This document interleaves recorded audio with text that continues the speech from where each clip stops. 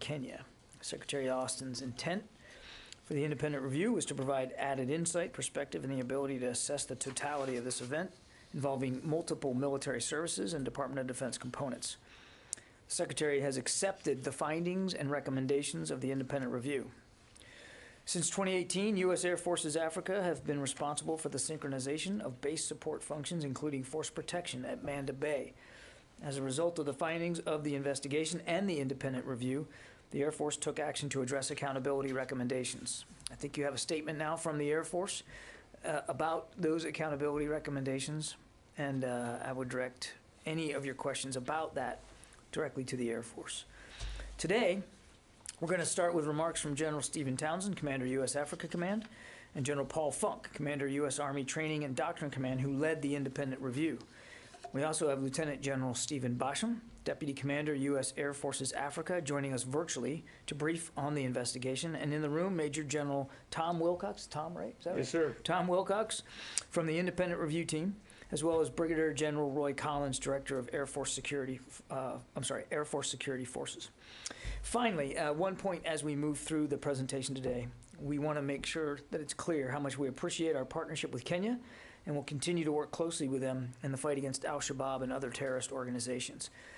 The briefers will take questions at the end of the entire presentation, so we'll get through each presentation, and then when that's all done, I will stay up here and I will moderate the Q&A. I think all told we got about an hour to work our way through that, so I won't delay any more. We'll tee up the video of General Townsend. Good afternoon. I'm General Steve Townsend, the commander of U.S. Africa Command, also known as AFRICOM. We're here today to formally brief the results of the investigation I directed into the January 5th, 2020 attack by al-Shabaab on Cooperative Security Location, or CSL, Manda Bay, Kenya, that claimed the lives of a U.S. soldier and 2 U.S. contractors and injured 2 other U.S. service members, a U.S. contractor, and a Kenyan soldier.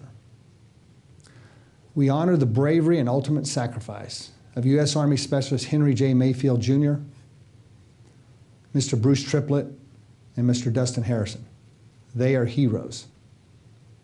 It is a solemn duty to provide their families and the American people with answers about what happened that day. There are no words that can take away from their loss. You will also hear about the results of the Secretary of Defense directed independent review of our investigation, which was conducted by U.S. Army General Paul Funk. U.S. AFRICOM took our investigation seriously and has taken extensive steps since the attack to make CSL Manda Bay and all of our operating locations across Africa more secure. I found the investigation team's work to be comprehensive, credible, and thorough. The independent review conducted by General Funk and his team validated that extensive work. All recommendations from the U.S. AFRICOM investigation have been implemented, some in the hours and days immediately after the attack, and others over the following months. We are also well along in implementing the recommendations from the independent review. At 5:20 a.m. on January 5th, 2020, a ruthless and determined enemy force of approximately 30 to 40 al-Shabaab fighters conducted a complex attack against U.S. forces and assets in Manda Bay, Kenya. In a few short minutes, the attacking enemy inflicted casualties and destroyed 7 contracted light aircraft and other property before they were effectively engaged by U.S. and Kenyan forces and forced to withdraw with a loss of at least 6 enemy killed. The investigation determined the proximate cause of the loss of lives and materiel was the attack by a mass force of determined, disciplined, and well-resourced al-Shabaab fighters. The investigation also identified 4 broad factors that contributed to the outcome of the attack and the resultant losses. First, an inadequate focus on potential threats and force protection at multiple levels. For a number of successive years, there was complacent leadership and command and control at the tactical level and poor oversight at the operational level. Second, there was an inadequate understanding of the true threat to the base at Manda Bay that had been perpetuated by years of local threat assessments. There were also shortcomings identified in the resourcing, sharing, and dissemination of intelligence. Third, there were deficiencies in the organization, preparation, and training of security forces, which contributed to inadequate defensive plans. Fourth, there were problems with mission command, including poor unity of command at the tactical level and flawed staff processes that failed to account for the growth of CSL Manda Bay from a training base to a counterterrorism support and air base. As I said in March 2020, we were not as prepared at Manda Bay as we needed to be. Security on a key part of the base proved inadequate, with a security force that was insufficiently prepared for their mission. U.S. AFRICOM has implemented a series of measures to address the shortfalls uncovered during this investigation and the independent review. These include adjustments to training, operations, threat assessments, leadership, and force protection practices. We are grateful to our Kenyan Defense Force partners who responded quickly and bravely to help fight off the terrorists who attacked Magogoni Airfield. The quick thinking, swift action, and bravery of U.S. Marines and Airmen, first responders, in concert with the Kenyan Armed Forces, was critical to containing and ultimately repelling this attack. Service in parts of Africa can be challenging, even dangerous at times. The threat from al-Shabaab remains dangerous and real. Al-Shabaab is the largest and most lethal arm of al-Qaeda, an enemy America knows all too well for its ambitions and appetite for destruction. What we do with our African and international partners to counter violent extremism in Africa is more important than ever. We hold a responsibility to Specialist Mayfield, Mr. Triplett, and Mr. Harrison to work every day to learn from this tragic event and to keep an attack like this from happening again. I will personally remember these three brave Americans and their families. We honor their legacies and their sacrifice by faithfully implementing the lessons we have learned from this attack, not only at Manda Bay, but across Africa, as we continue the fight they were supporting. With that, I'll turn it over to the team who will provide you with a more detailed brief and take your questions. Thank you.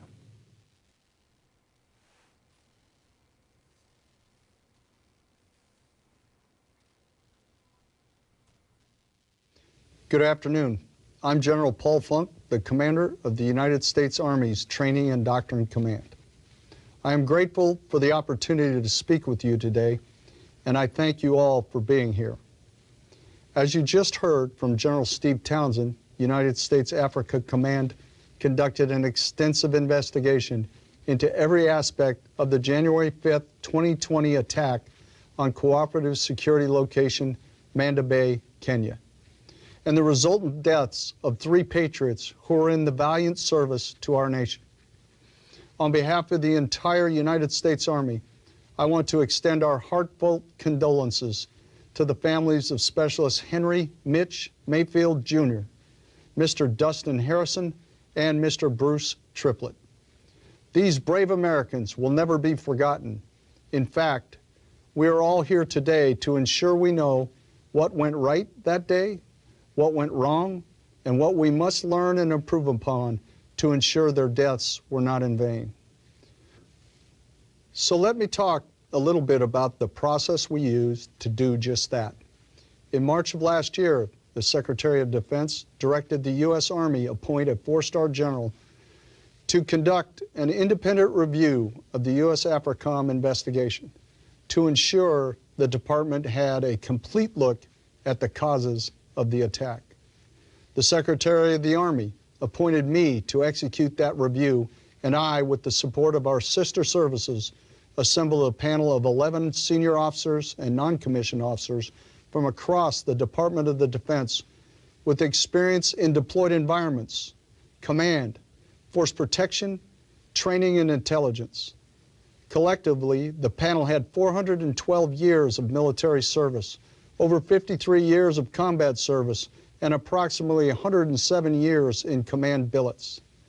Their expertise and knowledge were critical throughout the review process. The Secretary of Defense tasked the independent review to assess the entire U.S. AFRICOM investigation, to include if the pre-deployment training and the assignment process for the U.S. persons assigned to Manda Bay were appropriate for the mission. The Secretary of the Army then added additional focus areas by directing the independent review to address whether the actions or inactions of leaders and staff contributed to a poor understanding of the threat and an inadequate force protection posture, whether the findings from the original investigation of no criminal negligence or other misconduct by the U.S. personnel were consistent with the evidence, and whether further investigation was warranted concerning potential organizational and institutional issues. So we began a thorough review of the complete U.S. AFRICOM investigation. I should note my independent review benefited from a vast amount of additional information that was not available during the original investigation, such as a U.S. Air Force's Africa investigation that had already begun, documents from the Federal Bureau of Investigation and the U.S. Air Force's Office of Special Investigations, as well as multiple responses U.S. AFRICOM provided in response to our queries. Our review was comprehensive, and I hope that the attention to detail we applied demonstrates to you the importance with which the Secretary of Defense, the Secretary of the Army, and I addressed this undertaking. We lost 3 Americans who were willing to serve in an austere and dangerous location. Every member of my dedicated review team was committed to getting this right. Fundamentally, I found that the U.S. AFRICOM investigation was thorough, detailed, and supported by the evidence. I concurred that the proximate cause of the death of 3 U.S. citizens, injuries to 3 other U.S. citizens, and the loss of U.S. aircraft and property was the attack by a massed force of determined, disciplined, and well-resourced al-Shabaab fighters. No single point of failure directly caused the loss of life and damage to the property at Manda Bay. As General Townsend noted, his investigation identified 4 causal factors that contributed to the outcome of the attack. I concurred with these causal factors. Major General Tom Wilcox, a senior member of my review team, will provide additional details about the independent review for you today. Both General Townsend's investigation and my review found that neither criminal negligence nor misconduct by any U.S. personnel was the proximate cause of loss of life or property at Cooperative Security Location Manda Bay.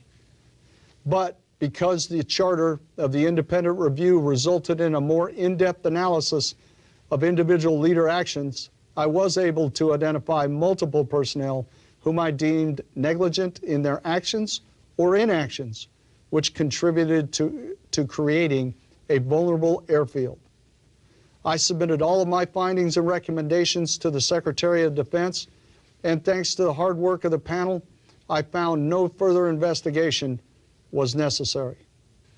To the families of our fallen, as well as those injured in the attack, I commit to you our full accounting of the event, and I am deeply respectful of your sacrifice.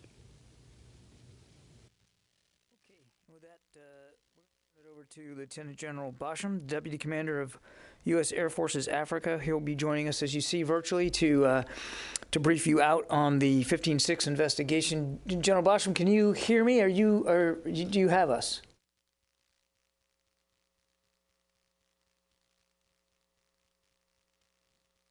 One more time, can you hear me? Now we got you, sir. All good to go. Sir, I'm gonna turn it over to you now. Thank you. Good afternoon. I'm Lieutenant General Stephen Basham, the Deputy Commander of United States Air Forces in Europe and Air Forces in Africa. I'm speaking to you from Ramstein Air Base, Germany, and representing United States Africa Command.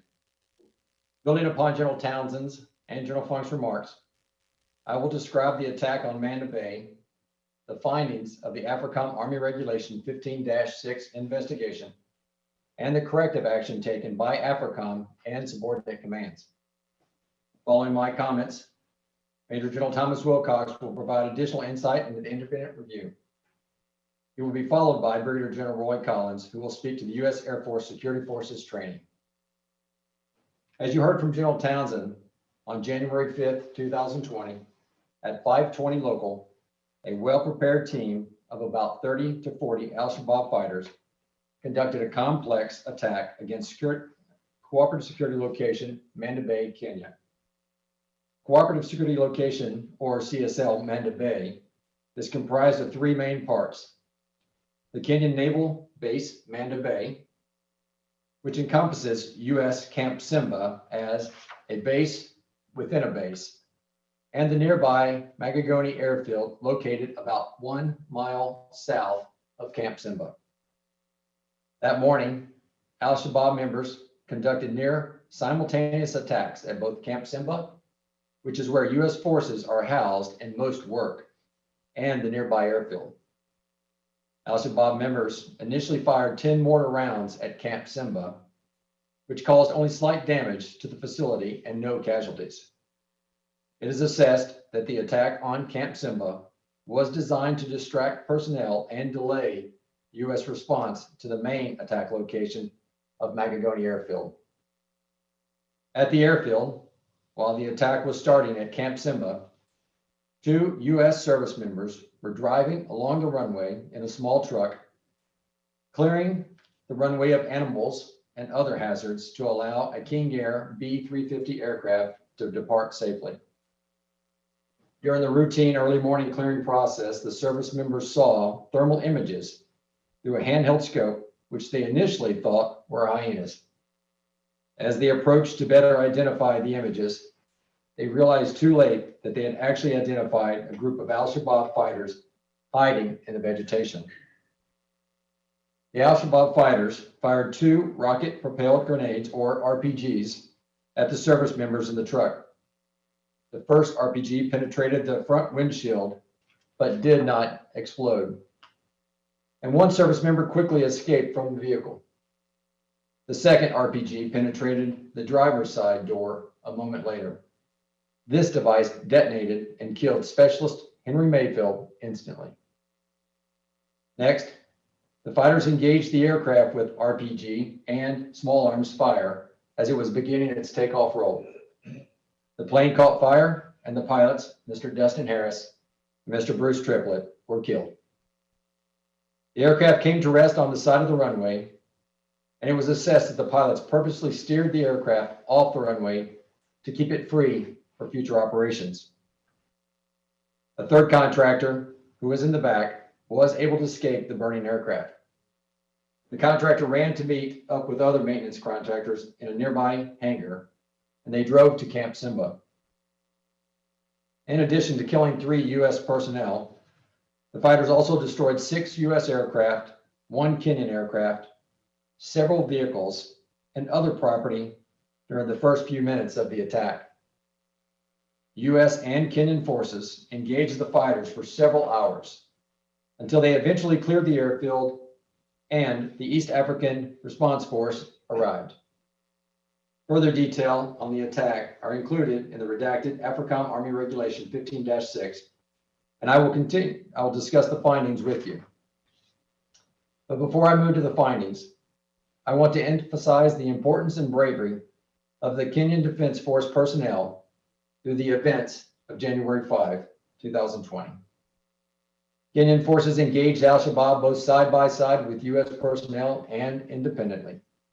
A Kenyan helicopter provided close air support to suppress al-Shabaab fighters, and a separate Kenyan helicopter transported a wounded member to a civilian airport for evacuation. Without question, the swift, skillful, and courageous response of the Kenyan Defense Force saved many lives that day.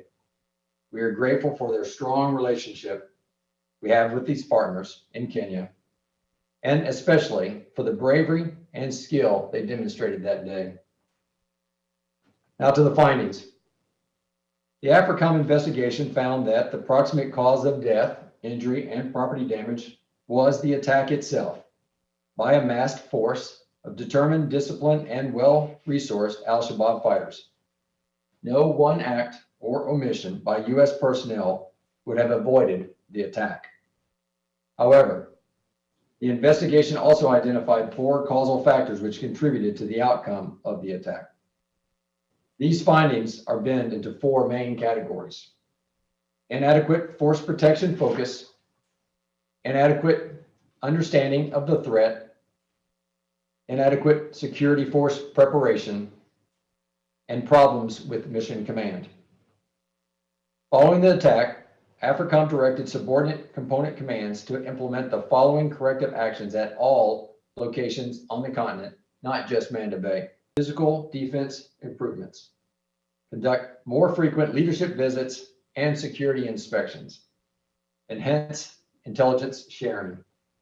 Increase the size of security forces and adapt their focus and capability according to the threat at the location. Include defensive plans in pre-deployment training. Ensure clear command and control relationships, especially regarding force protection, and employ mobile surgical teams. Specific to Manda Bay, the improvements include clearing vegetation around Magagoni Airfield to improve fields of observation. Establish 360-degree defense at the airfield. Improving defenses, fighting positions, and indirect fire protection at Camp Simba. Increasing Kenyan participation in security operations. Increasing frequency and range of patrols, and improving communications, function, and capability of the Base Defense Operations Center. We continue to mourn the loss of Specialist Henry Mitch Mayfield, Mr. Dustin Harrison, and Mr. Bruce Triplett. Their memory remains strong and in the forefront of our minds as we continue to enhance security at Manda Bay and across the continent.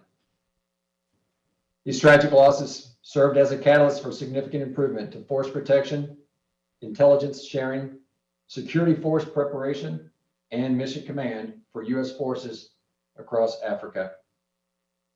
As we counter ongoing threats from violent extremist organizations, these improvements will better protect our service members. This concludes my remarks. I will now turn the podium over to Major General Wilcox.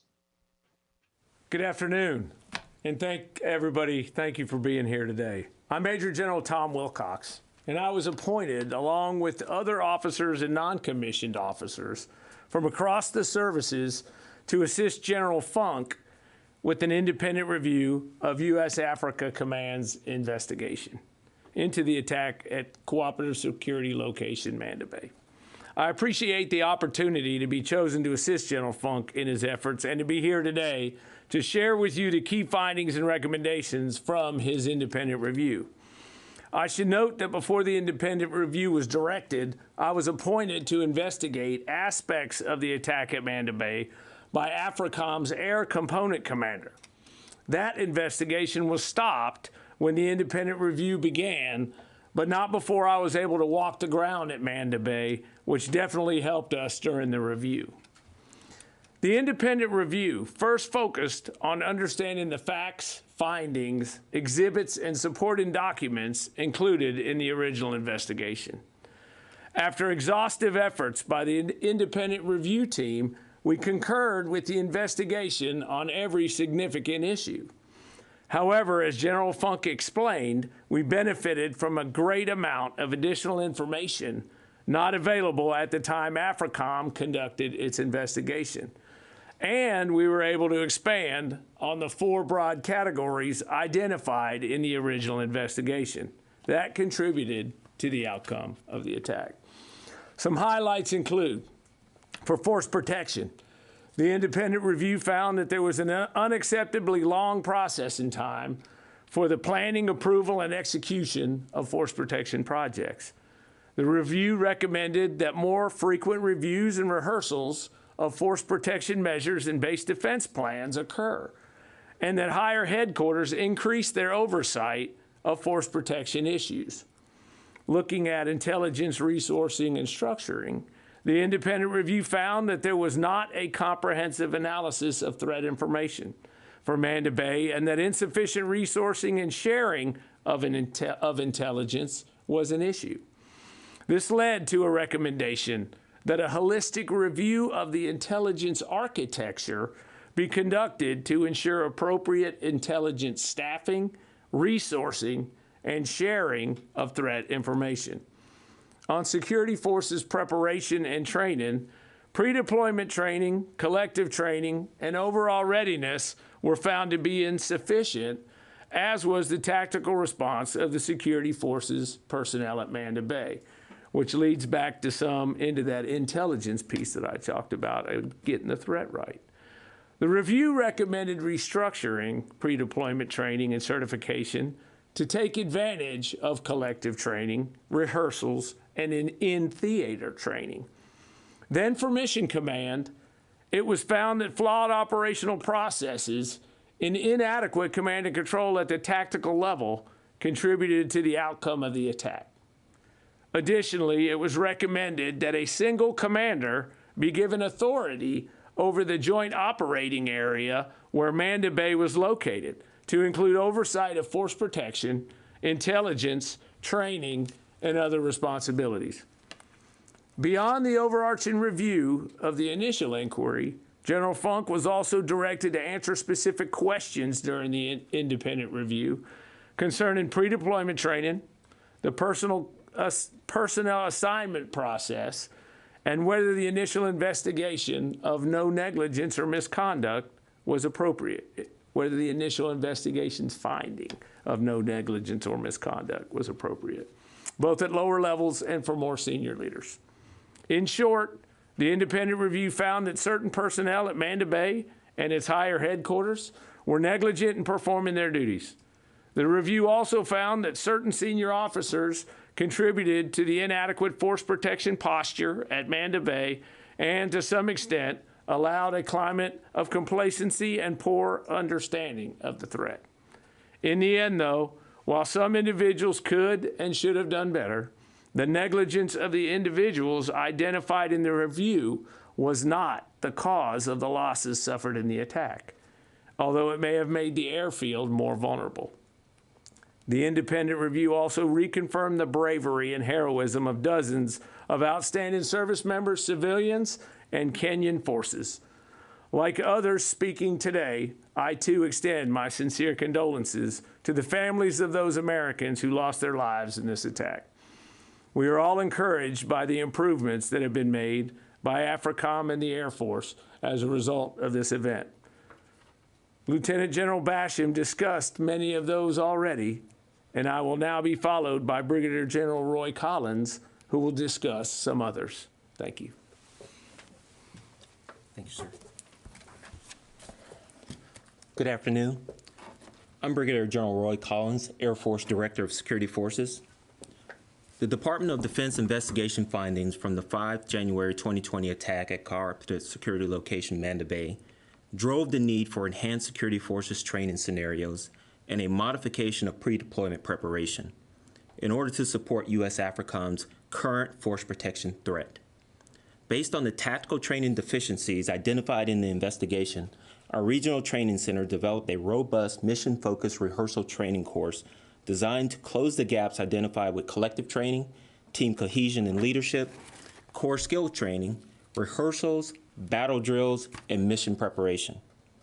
Additionally, the need existed to develop tailored, complex attack scenarios informed by real-world threat information to ensure a relevant, hard, and realistic training environment existed for our defenders. Prior to the rehearsal training course completion, aggregated security forces members must complete a culminating capstone field training event to ensure deploying forces are mission ready.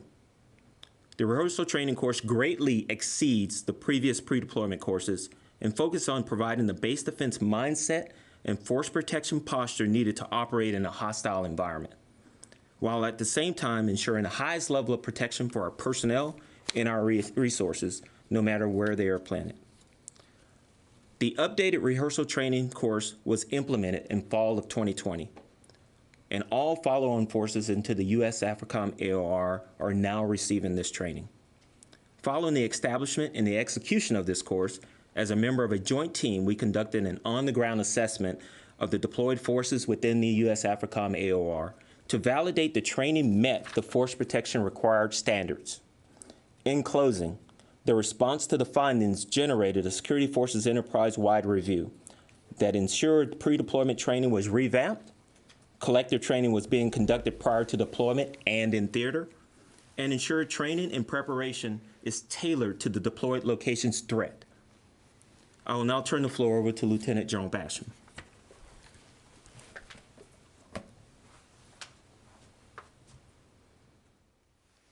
I think you're on mute there still, General. And Mr. Kirby, I'm showing that I'm off mute. Can you hear me? You're good now. Okay, I'll turn the floor over to you, and then we're prepared to take questions. Thank you. All right, General, thank you. Okay, we'll go to questions. Lita? Hi. I'm not sure exactly who can swing at this, but I've a couple things.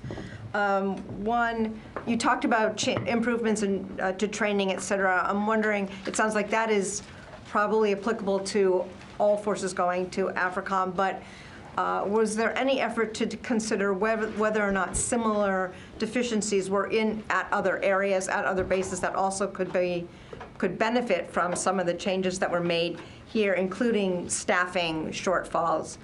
And then secondarily, can you assess the ongoing al-Shabaab threat and whether sort of overall has that changed, increased at Manda Bay and or in that region?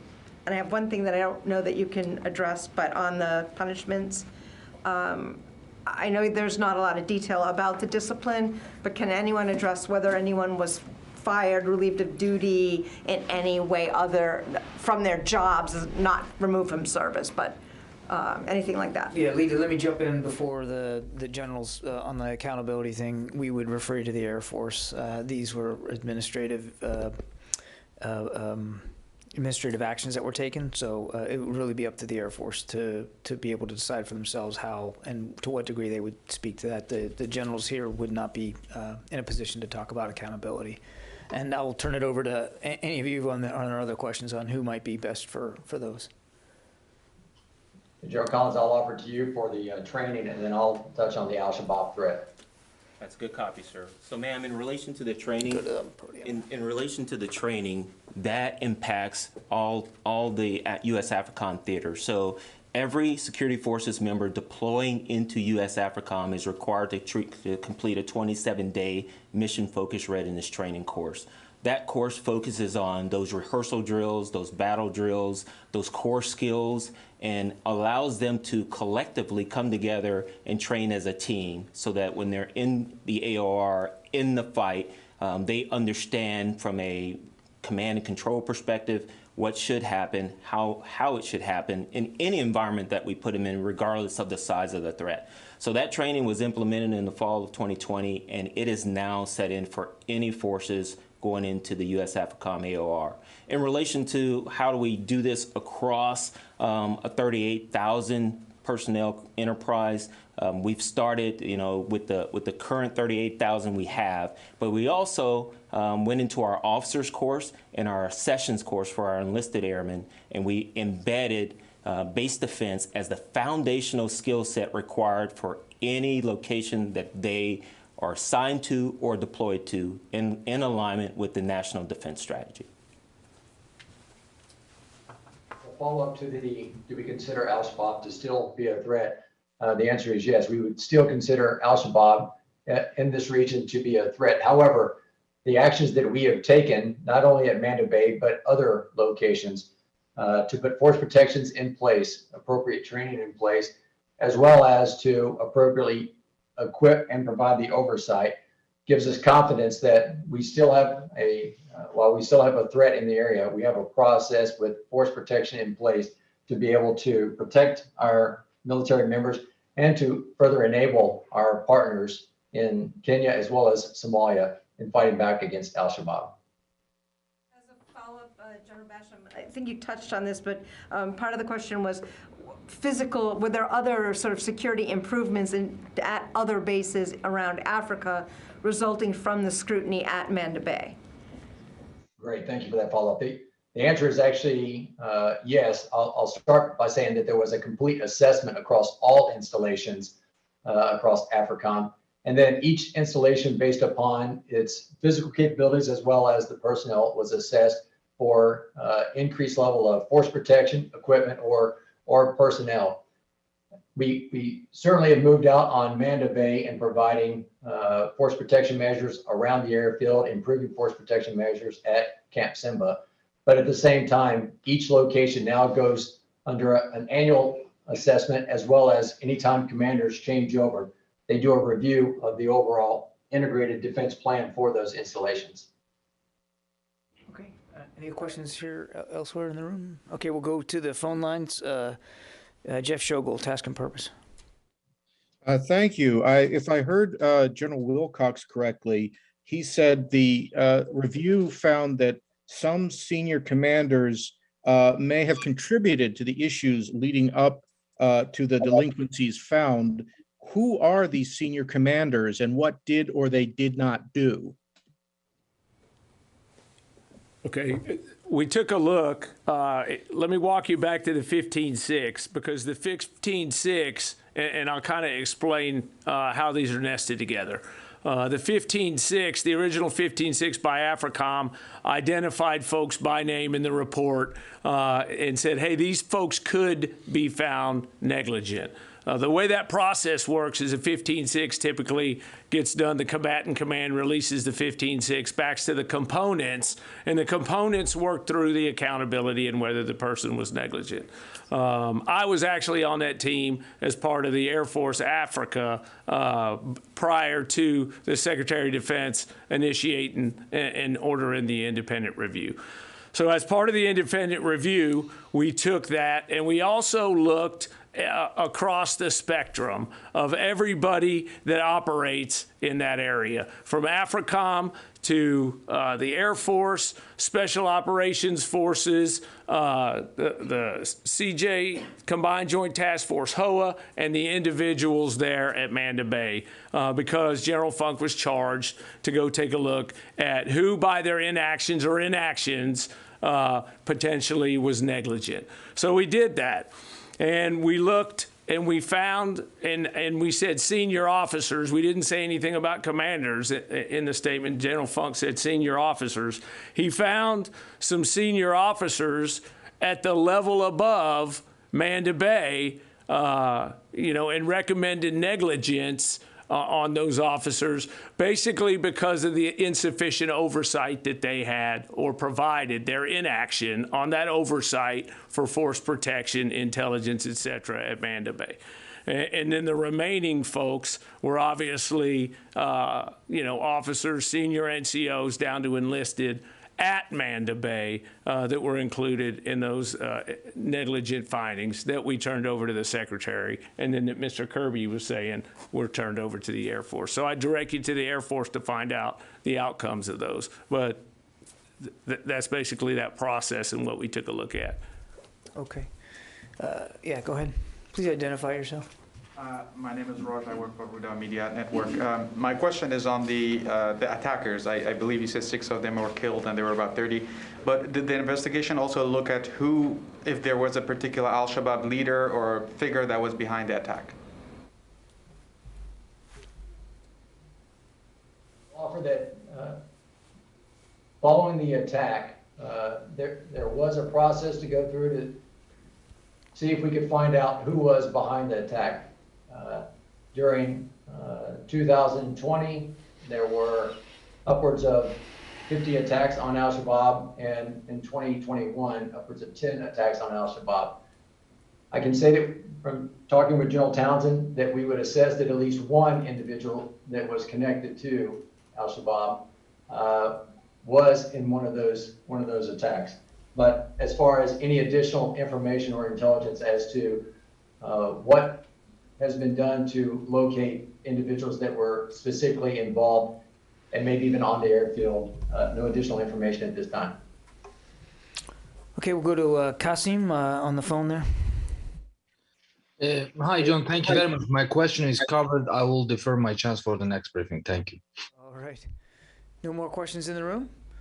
Okay, gentlemen, thank you very much for a really thoughtful and comprehensive presentation. We really appreciate your time. And General Basham, thanks for joining us virtually. Again, we appreciate that. This concludes the briefing for today. And again, for any other questions regarding accountability, please refer those to the Air Force. Thank you. Thank you, sir.